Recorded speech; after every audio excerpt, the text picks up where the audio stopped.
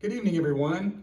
It sure is a pleasure and a blessing for me to be a part of this very special evening as we celebrate the 25th anniversary of The Rock. I have so many precious memories of those early days, and as I began to reflect on all the events that happened those years ago, it has been a blessing to reflect on those. But it all started in my mind when there was a tragic event in our city when a fifth grade girl was killed in a drive-by shooting near 10th and Council.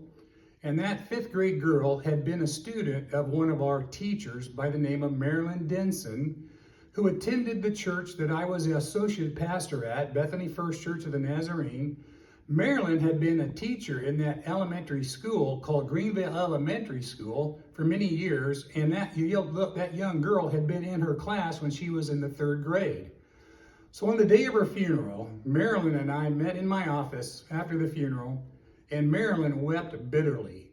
And out of that pain of Marilyn's heart, I think The Rock was born. She looked at me and said, "Pastor Doug, we are going to have to start a ministry in that neighborhood. Those young people are dying down there, especially those that live in the London Square apartments and the apartments surrounding the elementary school."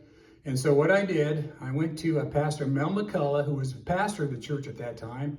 I told Pastor Mel we need to do something, and Mel gave me permission to form, and the DS gave me permission to form an advisory group. So this is the Rock Board, kind of the beginning of the Rock Incorporated Board. It wasn't called the Rock then, but we were nameless. But I became the president. Dr. Hal Cothran was the department chair of the School of Theology and Ministry at SNU. He became our vice president. Vicki Gilbert, one of the members of our church who had a social worker degree, became our secretary. Bob Martin became our treasurer. Pastor Mel gave me permission to go to the church board, and I asked the board to basically give $3,000 a month to plant a church down there in the Greenville area. We were going to plant the church in the elementary school cafeteria and just pray God's blessing upon us. So Dr. Carl Summer, the DS of the other side, was a little leery of it, I must say, a little cautious about allowing us to do that. But once we convinced him that this vision was of God and that we were all in this together to love the people who live on that 10th Street corridor, he became our greatest ally. Dr. Lauren Gresham, the president of SNU, became a great advocate and supported us as the students volunteered. Then came that fateful day when the board and I were trying to decide who would be the best executive director of our nonprofit.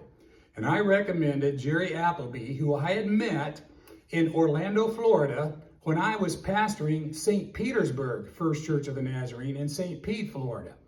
Jerry had started a great nonprofit that was just excellent.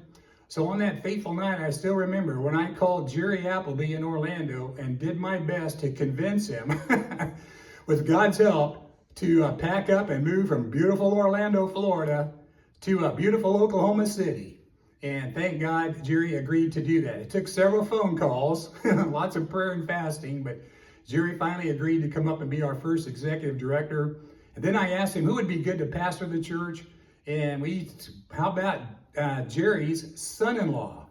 So Julie, Jerry's daughter, was married to Darren Reed. So Darren and Julie Reed became our first pastors. And from that moment to this, it has been a blessing to watch. Vic Diffie came on board early and donated some money as well. Many of you donated your time, your money, your efforts, your prayers.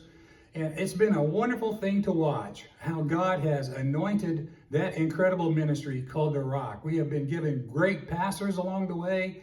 We love and appreciate everything Jason Rowinski is doing and his staff. So God bless all of you. I do have one precious memory. Darren and Julie asked me to preach on the first anniversary of The Rock in the elementary school cafeteria. And as I preached to that packed out crowd in that elementary school cafeteria, I thank God that the vision he had given us had become a reality. And that vision continues to burn brightly today. And believe me when I say this, I really believe the best days of The Rock are still ahead.